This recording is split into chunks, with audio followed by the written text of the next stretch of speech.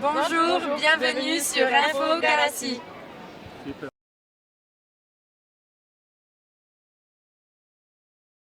Mesdames et messieurs les maires, mesdames et messieurs les élus, madame, monsieur, chers amis, il est dans la vie municipale des traditions immuables et conviviales telles que l'accueil des nouveaux commerçants et habitants, le repas du troisième âge, les fêtes patronales, en rouge ou en jaune, c'est selon, les illuminations de Noël et les vœux du maire et de son conseil municipal. Votre présence parmi nous ce soir témoigne du plaisir partagé à cette rencontre et je vous en remercie sincèrement d'être là ce soir. Bienvenue dans cette salle d'honneur pour la traditionnelle cérémonie des vœux. Le conseil municipal est ravi de vous accueillir ce soir, vous qui participez au bien vivre ensemble à Saint-Jean-Pied-de-Port au quotidien. C'est un grand plaisir pour moi de vous retrouver si nombreux pour partager en toute simplicité ce moment symbolique qui marque le passage vers la nouvelle année. Avant tout, je vous remercie donc de votre action, travail des associations locales, c'est normal, vous êtes souvent les plus nombreux, votre dynamisme, votre engagement, votre diversité comblent les besoins des habitants de Saint-Jean-Pied-de-Port dans les sphères sociales, culturelles ou sportives. Je remercie chaleureusement tous les bénévoles associatifs. Le conseil municipal a à cœur de travailler en partenariat avec vous et de vous accompagner financièrement, administrativement et techniquement. Je remercie également tous les acteurs de la solidarité qui accompagnent les Saint-Jeannais en proie à des difficultés passagères ou récurrentes. Et je profite de l'occasion pour souhaiter la bienvenue à messieurs les curés Joseph Nguyen et François-Régis Jeannot, qui se sont parfaitement intégrés au sein de la communauté Garastar, et ce, en un temps record, je crois. Les différentes équipes pédagogiques qui veillent aux petits et aux adolescents et les préparent à la vie qui les attend sont également à saluer. Écoute et adaptation sont les qualités que vous déployez au quotidien pour rendre nos élèves plus curieux et confiants en leurs capacités. Merci aux pompiers volontaires, toujours très sollicités, et aux équipes de la gendarmerie et du PSIG, à qui je souhaite une nouvelle caserne dans les délais les plus ainsi que les services de l'État. Je remercie chaleureusement l'ensemble du personnel communal et je mesure tous les jours la chance d'être accompagné avec compétence et sens du service public dans cette aventure humaine. Je salue l'arrivée de Maxime Poiraton, en charge de la police municipale, dont l'objectif principal est d'assurer bon ordre et tranquillité dans nos rues. Je voudrais enfin rendre hommage à l'ensemble du conseil municipal qui m'entoure. Chacun a sa sensibilité, ses compétences, mais tous partagent leur dévouement au service de Saint-Jean. Cette complémentarité constitue une richesse dans la gestion municipale. Certaines séances sont animées et quelquefois un peu longues, mais c'est le propre de la démocratie et je vous en remercie. Notre ambition demeure de répondre aux attentes collectives et à l'intérêt général avant tout. Je salue l'arrivée parmi nous de Xavier Gouenaga, qui remplace le poste laissé vacant par Isabelle Brivet, qui a démissionné pour un projet professionnel. Depuis 2020, notre engagement est total pour aménager notre commune et améliorer notre futur.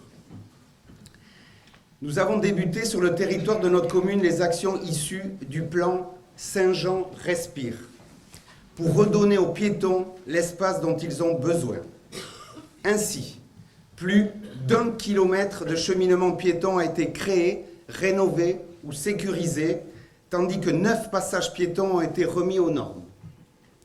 De plus, une 50aine de places en zone bleue ont été créées pour optimiser le stationnement et faciliter l'accès aux commerces et aux services. La limitation de la vitesse à 30 km/h a été étendue. Je souris parce qu'il y a aussi des radars pédagogiques.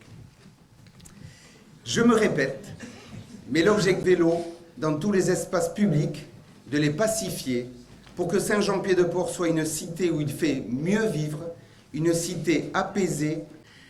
La commune s'est par ailleurs engagée dans une politique de transition écologique volontaire.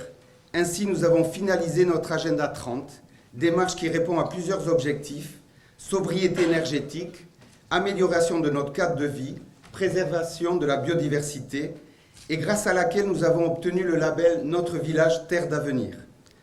Nous poursuivons notre feuille de route en faveur du développement durable avec motivation et sérieux.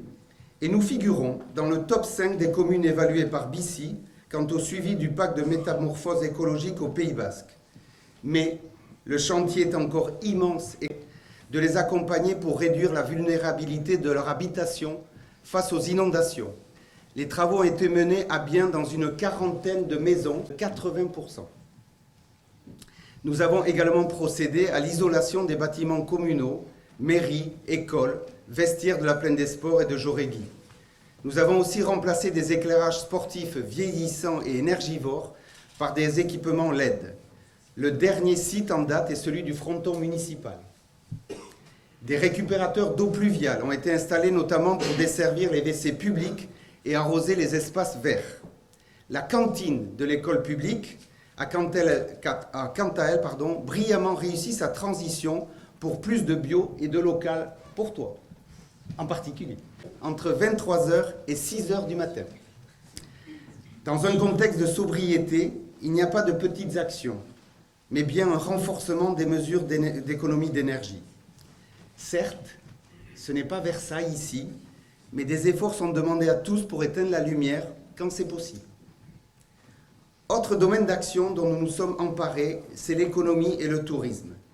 Le marché ancestral a été rendu entièrement piéton et a été valorisé.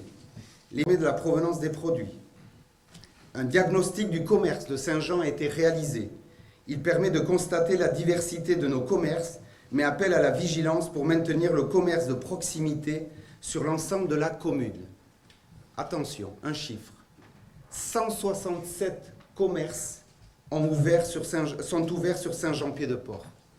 167 commerces. Seuls 10% sont saisonniers, contrairement aux idées reçues.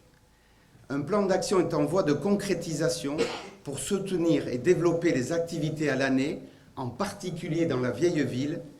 Le commerce, pour nous, reste un pilier de notre commune qu'il faut accompagner. En ce qui concerne le tourisme, nous avons obtenu le renouvellement du classement 2 étoiles au camping municipal. Par ailleurs, les 2 aires de camping-car ont été améliorées. À l'heure où les dotations sont contraintes, les recettes issues des régies touristiques reviennent pour les visiteurs et appréciées des locaux qui l'ont expérimenté. Nous avons créé un parcours Terra Ventura qui permet de découvrir ou redécouvrir Saint-Jean au travers d'un jeu de pistes ludique et numérique. Alors ne comptez pas sur moi pour vous indiquer l'emplacement de la cache finale. On sait Saint-Jean. Grande nouveauté cette année, en période estivale, la cour de la Citadelle est désormais accessible aux visiteurs grâce à l'action concertée avec l'Office de tourisme que j'ai vu et le collège. Notre culture aussi et notre patrimoine sont également au centre de toutes nos attentions. Le festival Citadelle en Seine s'est durablement installé dans le paysage culturel local. Et je puis vous annoncer qu'il sera reconduit en 2024 avec toujours des affiches accessibles, de grande qualité et un accueil convivial. C'est sa signature. En 2025, nous fêterons les 10 ans de ce festival. Nous avons créé une issue de secours dans la sacristie de l'église. Mais n'y voyez pas, monsieur le curé, une volonté de faire fuir les pratiquants. Loin de nous cette idée. La prison dite des évêques a été enrichie de nouvelles expositions permanentes autour de notre patrimoine immatériel. La diaspora basque, à travers les âges et le monde, c'est un don du gouvernement basque suite à la journée internationale à la diaspora basque qui s'est tenue à Saint-Jean en 2022. La pelote basque dans toute sa diversité, l'histoire aussi de la Goïseko Issara qui a fêté ses 100 ans et l'art funéraire basque. La réhabilitation de l'ancien cimetière est également en cours grâce à un partenariat très enrichissant avec l'Auboulou et Terre de Navarre. L'enjeu pour nous, tous, est de conserver un patrimoine unique grâce au témoignage de tombes, un comble, vous me direz, pour le valoriser et le transmettre aux générations futures. Nous espérons ces prochaines années être soutenus par nos partenaires institutionnels. À proximité, le conseil municipal a approuvé pour développer la pratique de l'escuara au sein de la mairie. Enfin, nous sommes ravis d'accompagner un nouveau comité des fêtes pour proposer des fêtes sympathiques, conviviales et qui s'adressent à tous. Il s'agit là d'un patrimoine commun, fragile, mais tellement important. En matière de sport et jeunesse, l'entretien de nos nombreux équipements sportifs constitue une expérience constante. Quelques soucis, mais surtout une grande fierté de recenser plus de 1500 licenciés sportifs dans notre commune. Aussi, le terrain annexe du Rayalay a été entièrement réhabilité, mais il souffre déjà. Les cours de tennis repeints ou rénovés et le siège de la Goiseco restauré. J'en profite pour saluer respectueusement et amicalement Édouard Maïté, qui en 2024 a décidé de ranger sifflets et crampons, plutôt micro et pelote. Je ne vais pas m'étendre aux associations et proposer une fois par an et permet à celui ou celle qui le souhaite de s'investir dans une activité associative. Constitué d'habitants et de représentants d'associations majoritairement locales pour animer l'agenda 30 est très impliqué et inventif. C'est un véritable travail d'équipe quasi inédit, qu'il en soit remercié. Alors certains avaient déjà fait un bilan à mi-mandat pour nous, mais je trouvais important de le partager avec vous ce soir. Je l'ai dit, cette rencontre annuelle est conviviale et chaleureuse. Elle permet de saluer le travail de tous, de recenser de belles réalisations et de se projeter sur quelques ambitions. Mais avant d'aborder les projets qui nous animent, je souhaite dire quelques mots sur l'étude de désengorgement de l'agglomération menée par le département et le syndicat des mobilités. Alors certains d'entre vous se lasseront peut-être du sujet, tant il est ancien. Il n'en demeure pas moins qu'une nouvelle voie urbaine est nécessaire au territoire, qui ne dispose que d'un pont pour traverser la vallée. Cette fragilité impacte la sécurité de tous, car chacun de nous, Saint-Jeanais ou pas, fréquente soit les établissements scolaires, soit les équipements sportifs, soit les commerces, soit les services publics. Ainsi, nous espérons pouvoir compter sur les élus pour trouver la meilleure solution, ou tout du moins la moins mauvaise. Et nous comptons sur le conseil départemental et l'Agglo Pays Basque pour rester sur leur dynamique et être force de proposition et de conviction auprès des quelques réticences éventuelles. D'autant plus que d'après le bureau d'études, on ne parle plus de déviation. Ce projet consiste en fait dans la création d'une voie urbaine dont la vitesse serait limitée à 50 km/h. Il existe des solutions, nous en sommes convaincus. En attendant le dénouement de cette étude, nous espérons pouvoir apaiser le trafic en restreignant la circulation des poids lourds. La demande est en cours. J'aimerais maintenant aborder avec vous les opérations phares qui guideront nos actions les prochaines années. C'est bientôt terminé. Bien entendu, le square, qu'on pourrait baptiser le square de la Basse-Navarre, va être ouvert au printemps. L'espace sera entièrement végétalisé et permettra des activités ludiques et conviviales, complétant ainsi l'offre du jardin public. Nous espérons que toutes générations confondues y trouvent leur compte. Autre projet, il y aura un skatepark. Autre projet qui devrait être concrétisé en 2024, le réaménagement de l'avenue Renault. La consultation des entreprises est lancée.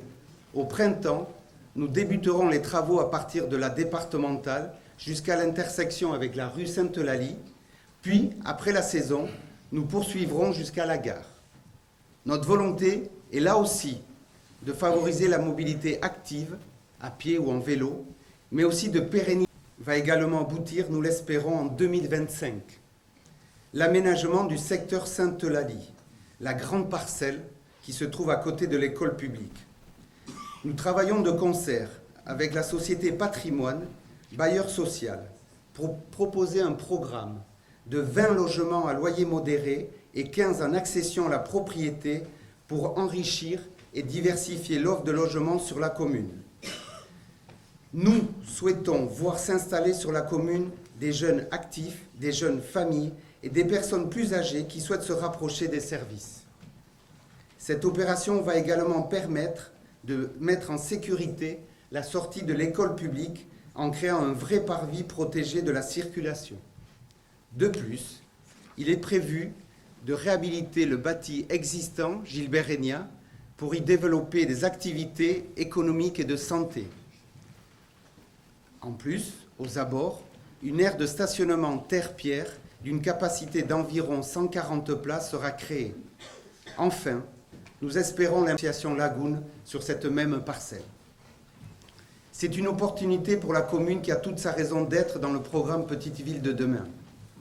Dans ce cadre, une opération de revitalité à Saint-Jean-Pied-de-Port. À partir de mars prochain, un programme permettra aux propriétaires, bailleurs ou occupants de bénéficier d'un accompagnement technique gratuit et d'aides financières de l'État, du département, de l'agglo et de la commune pour améliorer leurs biens. J'en profite pour saluer Paolo Lesbord, le chef de projet qui désormais nous accompagne pour décliner les actions Petite Ville de demain. Enfin, non pas enfin, c'est pas fini. C'est presque fini. Nous comptons sur ce mandat pour réaliser aussi des travaux de rénovation de l'église Notre-Dame. Charpente et couverture sont à reprendre. Au-delà, et selon les opportunités financières qui se présenteront, l'intérieur de l'édifice sera restauré. Une campagne de mécénat populaire est envisagée.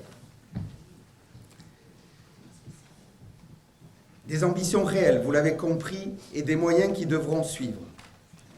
En tant que gestionnaire du budget communal, nous étudions la vente des murs des villages vacances exploités par le groupe VVF.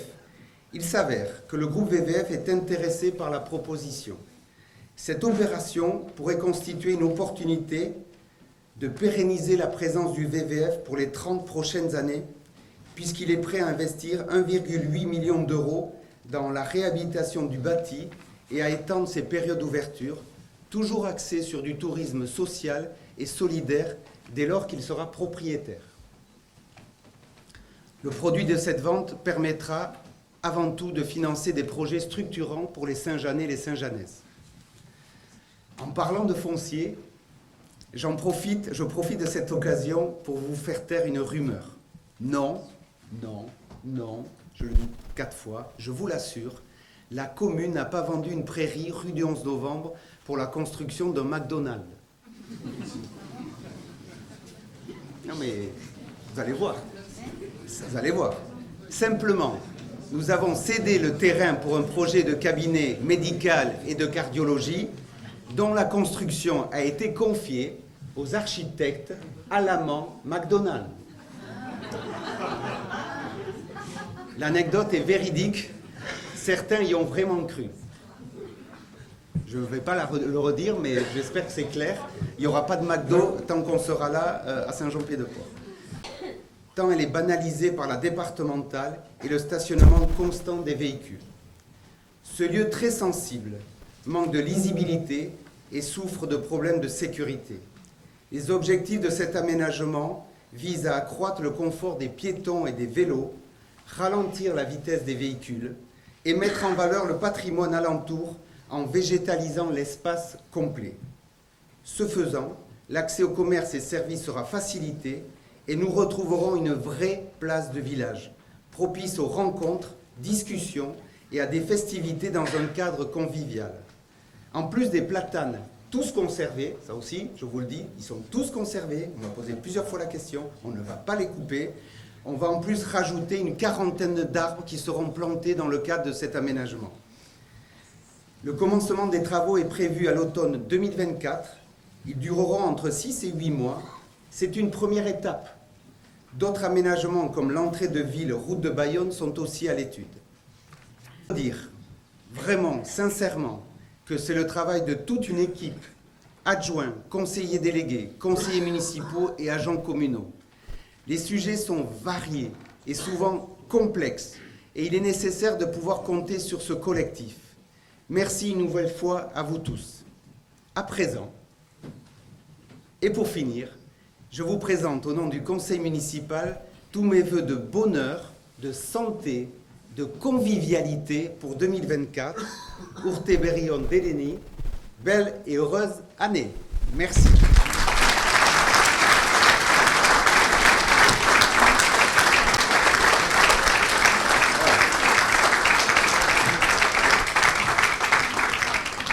Et maintenant,